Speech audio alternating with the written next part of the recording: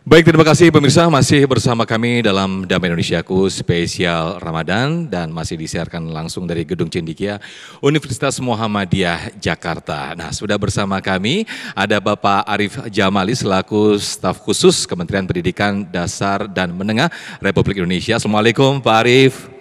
Waalaikumsalam warahmatullahi wabarakatuh. Alhamdulillah, dan sudah bersama saya juga Bapak Ma'mun Murad selaku Rektor Universitas Muhammadiyah Jakarta. Assalamualaikum Pak Ma'mun. Waalaikumsalam warahmatullahi wabarakatuh. Masya Allah, kita berbicara mengenai pendidikan anak nih. Nah, saya terlebih dahulu ke Pak Arif. Pak Arif, Kementerian Pendidikan Nasional pada bulan Desember meluncurkan gerakan 7 kebiasaan anak Indonesia hebat, dan ini menuju untuk pembentukan karakter menuju Indonesia emas. Nah, salah satunya adalah bermasyarakat ya Pak Arif. Bisa dijelaskan Pak 7 kebiasaan tersebut Pak?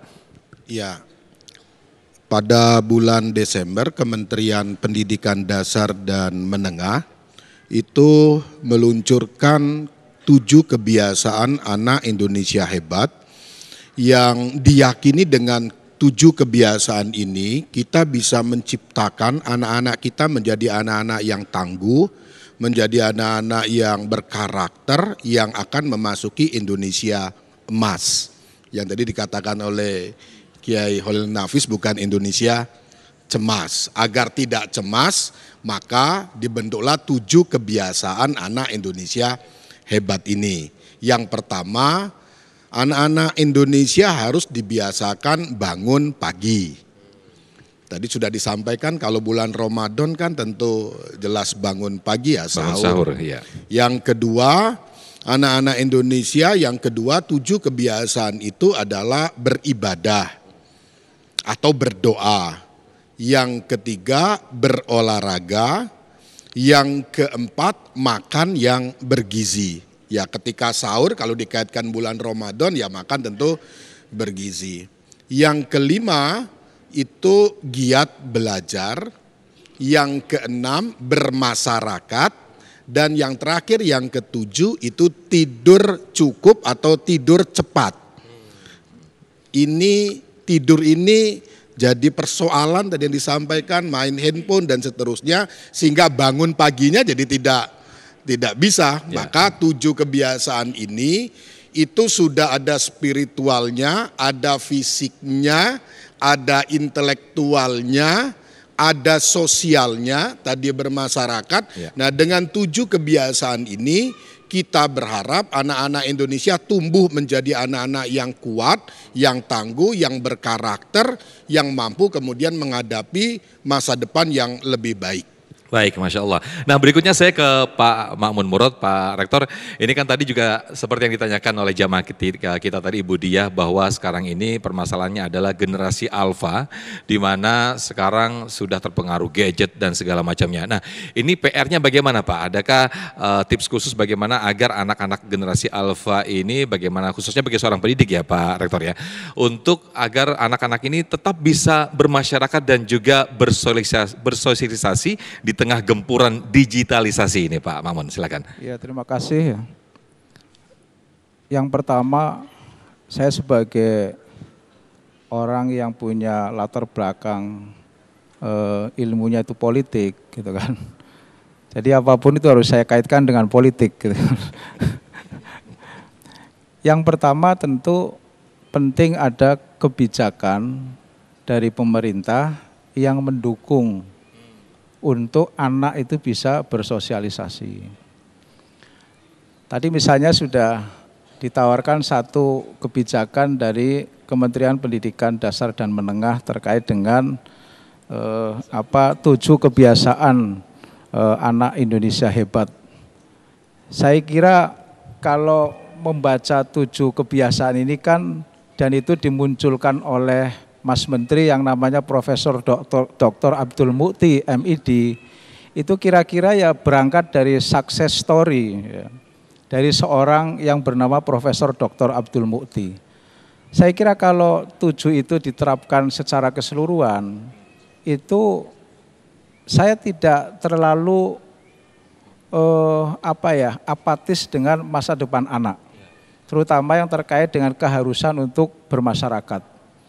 Beberapa negara saya kira pemirsa maupun yang juga hadir di aula ini tentu sudah membaca bagaimana beberapa negara membuat kebijakan yang mencoba untuk membaca kecenderungan umum dari anak-anak yang hidup di era saat ini, terutama yang disebutnya sebagai generasi alpha, yang lekat dengan gadget dan lain sebagainya.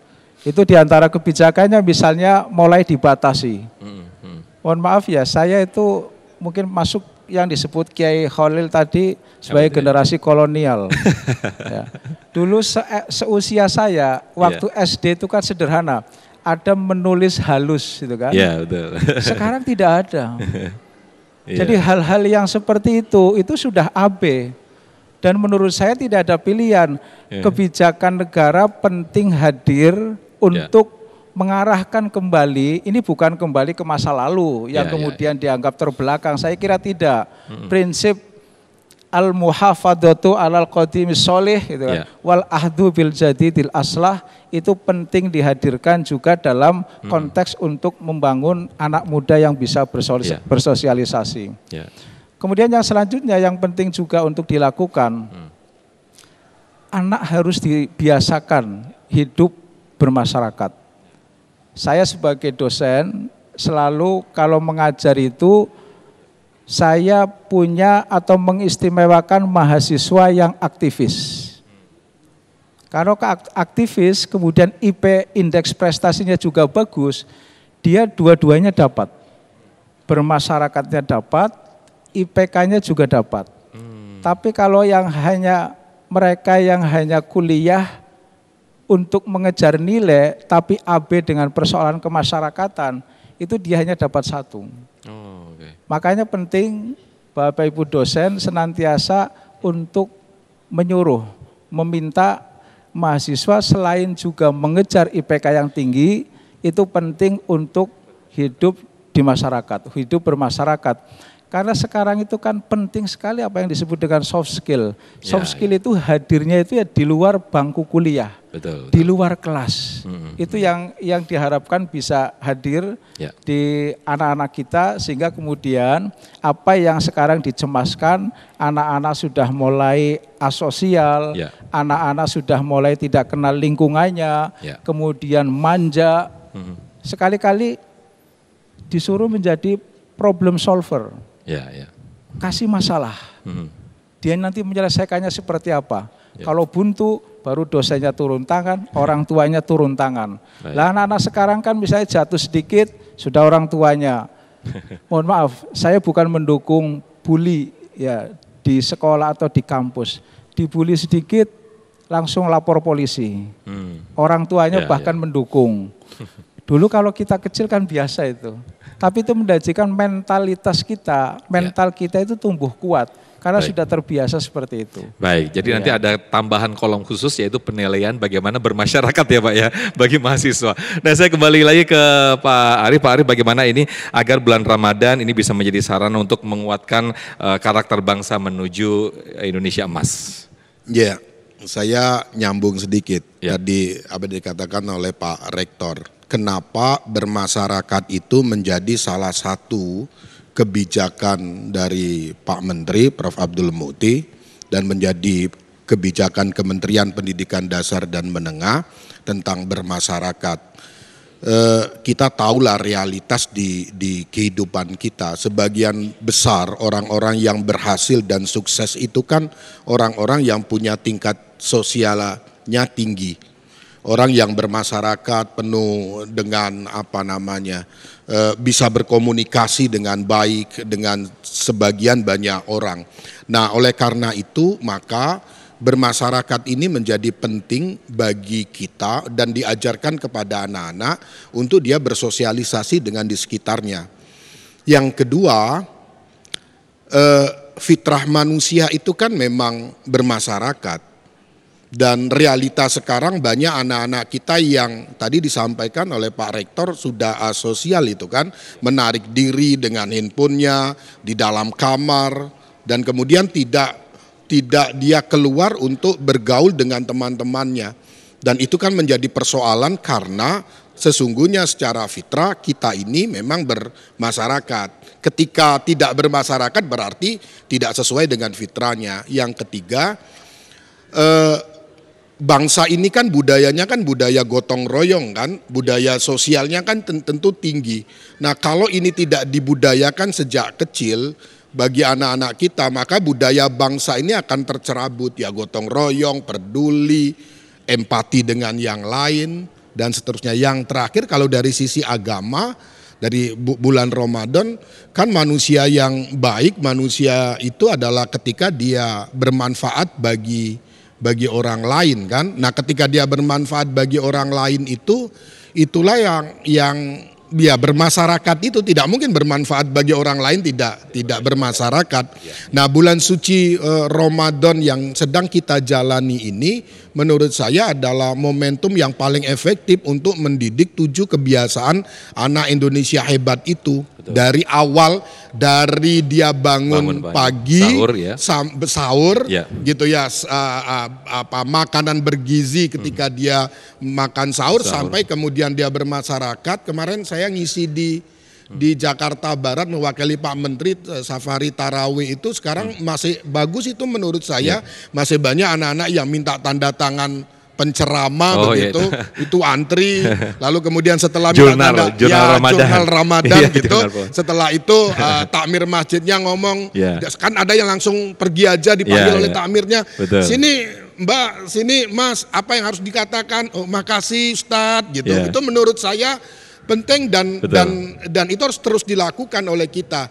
Nah ini tidak bisa hanya sekolah saja, tidak bisa hanya orang tua saja, keluarga, tidak bisa hanya masyarakat. Menurut saya ketiga komponen ini harus bekerja sama selama 1 bulan ini agar anak-anak kita memang terbiasa dan terdidik dengan baik, dan keinginan kita agar anak-anak kita ini menjadi anak-anak yang baik, yang bagus, yang berkarakter, apa yang dikatakan oleh Pak Rektor tadi, bahwa kita tidak perlu khawatir kalau 7 kebiasaan anak Indonesia hebat yang digagas oleh Pak Prof. Abdul Mu'ti ini dijalankan, maka menurut saya akan banyak hal baik yang akan kita dapatkan menuju Indonesia emas itu. Saya kira itu. Amin. Baik, terima kasih. Berikutnya terakhir saya ke Pak Rektor. Pak Rektor, ini bagaimana strategi dunia pendidikan dalam menyikapi dan menyesuaikan metode pendidikan dengan karakter dan kebiasaan generasi saat ini, Pak Rektor? Ya, terima kasih. Saya dulu pernah sebentar tinggal di pesantren ya. Itu ada satu kitab, saya kira Kiai Khalil Nafis itu sangat paham lah sebagai kiai yang asli Madura, tapi pastinya Kiai Khalil di Madura itu tidak ada TK itu kan, adanya TN itu kan, Taman Nak Kanak. Itu ada satu kitab yang saya kira pada beberapa hal itu sepertinya Kementerian Pendidikan Dasar dan Menengah juga mulai menukil. Itu ada kitab namanya Ta'limul Muta'alim ya. Itu saya kira penting dihadirkan kembali untuk mendidik anak-anak kita soal bagaimana sopan santun, kepatuhan kepada guru, ya, untuk tidak melawan guru, itu kan. Sekarang kan kita sedih, nonton di TikTok, nonton di apalagi itu media sosial yang lainnya, seringkali guru diajak gelut sama siswanya, itu kan luar biasa. Dulu itu waktu saya alhamdulillah kan pernah di SMP itu kan. Pernah di SMA itu kan, itu kalau lewat itu mau ada kiai itu enggak berani itu, pasti harus muter dulu. Kalau sekarang enggak, jalan biasa saja. Dengan guru itu cium tangan. Ini cium tangan itu tidak ada urusannya antara NU dan Muhammadiyah itu kan. Ini soal sopan santun. Betul, soal adab ya Pak. Saya itu terbiasa misalnya dengan Pak Muhajir, ya itu sebagai guru saya cium tangan dengan Pak Muhajir. Ya, itu tidak ada urusannya dengan NU Muhammadiyah. Ini hal-hal yang seperti itu yang sekarang tuh hilang dari kita. Makanya menurut saya itu perlu dihadirkan kembali. Terus yang berikutnya yang penting juga, penting ada uswah yang real ya dalam proses pendidikan itu.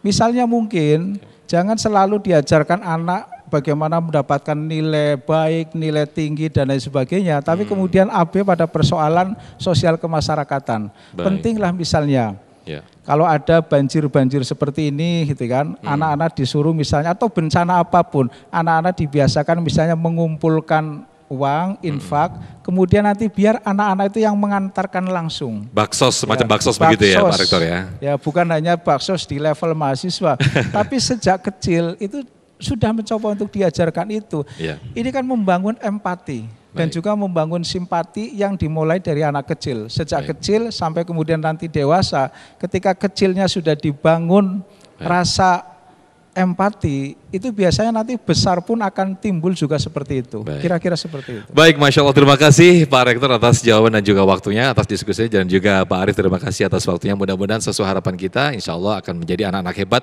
menuju Indonesia Emas. Dan pemirsa, kita akan buka lagi sesi tanya jawab di segmen berikut. Nanti akan bergabung kembali Kiai Haji Khalil Nafis dan juga Kiai Haji Syarif Mat Najih. Tetaplah bersama kami dalam Damai Indonesiaku Spesial Ramadan.